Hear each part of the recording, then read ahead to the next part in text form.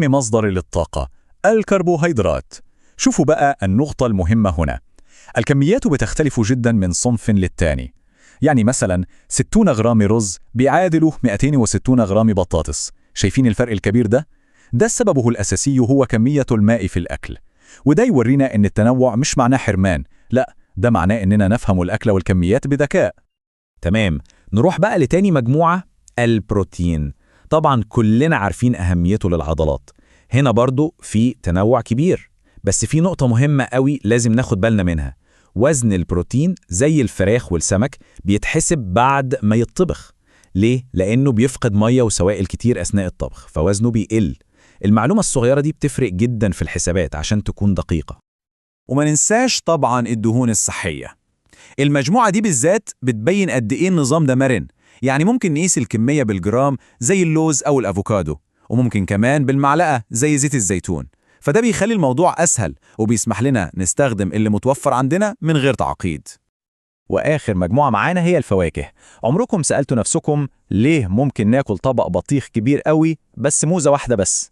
القائمة دي بتجاوب على السؤال ده. شوفوا، 200 جرام بطيخ بيعادلوا في القيمة الغذائية 60 جرام بس من الموز، والسبب طبعا هو الفرق الكبير في كمية المية والسكر بين الاتنين. تمام، كده احنا فهمنا المجموعات.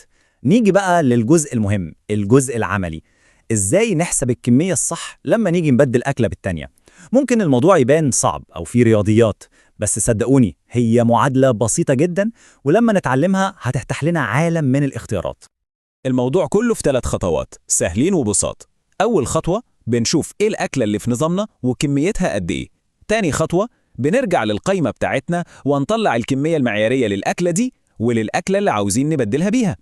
آخر خطوة، خطوة رقم 3، بنستخدم معادلة بسيطة قوي عشان نحسب الكمية الجديدة. يلا نشوف إزاي. وعشان نفهم أكتر مفيش أحسن من مثال عملي. خلينا نتخيل إن النظام الغذائي بتاعنا فيه رز، وإحنا النهاردة نفسنا ناكل بطاطس بداله. طيب، يبقى الحالة بتاعتنا هي المفروض ناكل 100 جرام رز. تمام، دي كانت الخطوة الأولى. الخطوة التانية بنعمل إيه؟ بنرجع للقائمة. هنلاقي في القائمة إن المعيار بتاعنا بيقول إن كل 60 جرام رز بيساوي 260 جرام بطاطس.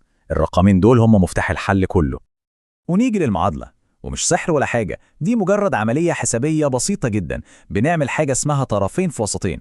يعني هنضرب كمية البطاطس المعيارية اللي هي 260 جرام في كمية الرز اللي عندنا اللي هي 100 جرام، وبعدين نقسم الناتج ده كله على كمية الرز المعيارية اللي هي 60 جرام.